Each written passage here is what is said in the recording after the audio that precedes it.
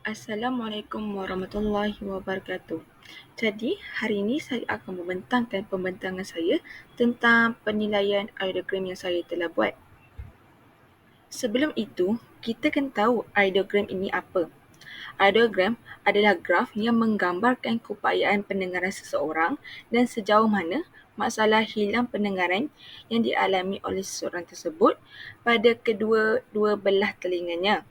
Julat angka di sepanjang bahagian atas graf tersebut bermula daripada 125 Hz hingga 8000 Hz. Angka-angka tersebut merujuk kepada frekuensi ataupun pitch bunyi yang berbeza. Berikut merupakan contoh audiogram. Baiklah, kita pergi kepada jenis ketidakupayaan pendengaran. Seperti kita tahu, jenis ketidakupayaan pendengaran ada 3, iaitu konduktif, sensorineural dan campuran. Baiklah, kita pergi kepada masalah pendengaran konduktif dulu. Masalah ini berlaku melalui telinga tengah atau luar dengan cekap seperti ada halangan lah.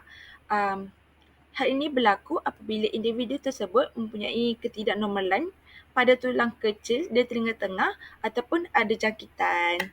Baiklah, yang kedua, masalah pendengaran sensorineural apabila sel dalam bahagian dalam telinga ataupun saraf auditory rosak menyebabkan masalah dalam mengesan dan menghantar bunyi ke otak bermasalah.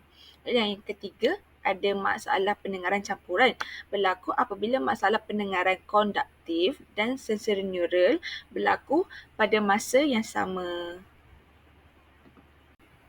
Seterusnya, kita lihat tahap-tahap pendengaran. Jadi seperti rajah yang ada ni, dia ada tahap-tahap dia lah, ada purata-purata dia.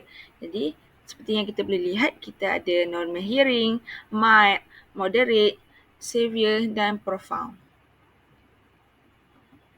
Baiklah, ini adalah klasifikasi kehilangan pendengaran daripada slide sebelum ni.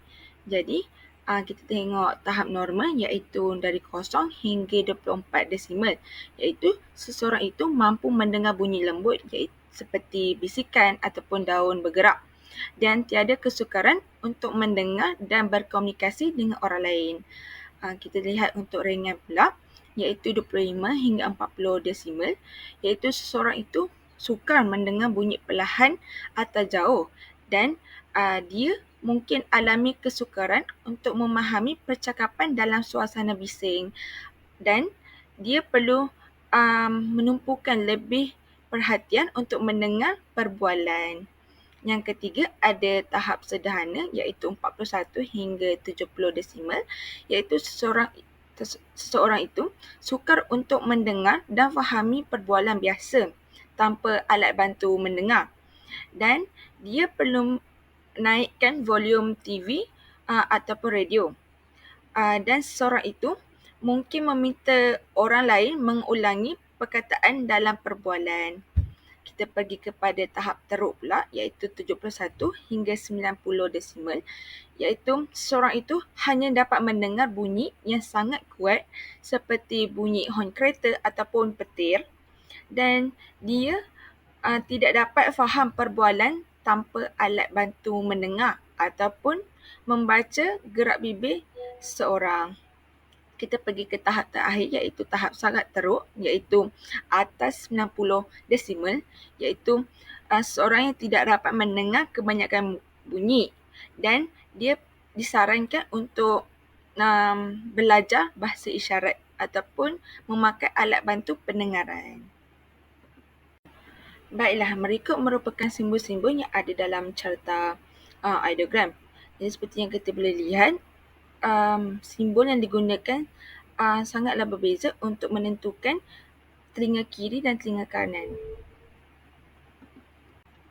Baiklah, berikut merupakan contoh audiogram yang saya pilih lah.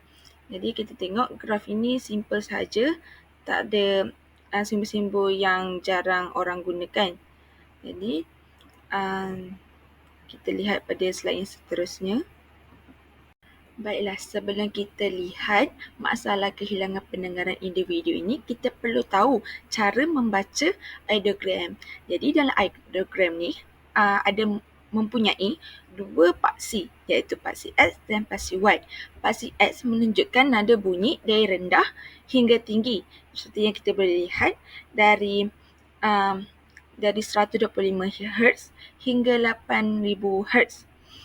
Paksi Y pula menunjukkan tahap pendengaran dalam desimal, iaitu seberapa kuat bunyi yang perlu dimainkan sebelum seseorang itu boleh mendengarnya. Jadi, kita lihat tahap pendengaran individu ini, range desimal yang dia boleh dengar iaitu daripada 70 desimal hingga 90 desimal, yang menunjukkan individu ini hanya boleh mendengar bunyi yang sangat kuat. Dan kita lihat dari 2000 Hz hingga 8000 Hz menunjukkan ada penurunan apabila frekuensi meningkat. Maksudnya apabila frekuensi meningkat, individu itu perlu menguatkan bunyi tersebut sehingga dia boleh mendengarnya.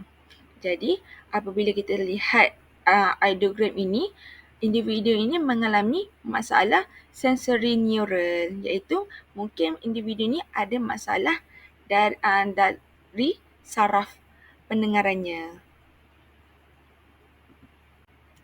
Baiklah, konklusi yang saya boleh buat dalam pembentangan saya ini, kehilangan pendengaran pada masa ini amat membimbangkan kerana ramai yang mempunyai habit suka mengorek telinga ataupun suka memakai phone telinga, iaitu headphone ataupun earphone pada tempoh yang sangat lama.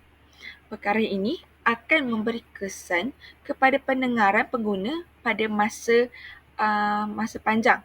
Oleh itu, penting untuk kita menjaga telinga dan pendengaran kita kerana ia merupakan anugerah Allah yang tidak ternilai. Baiklah, itu sahaja dari pembentangan saya. Terima kasih.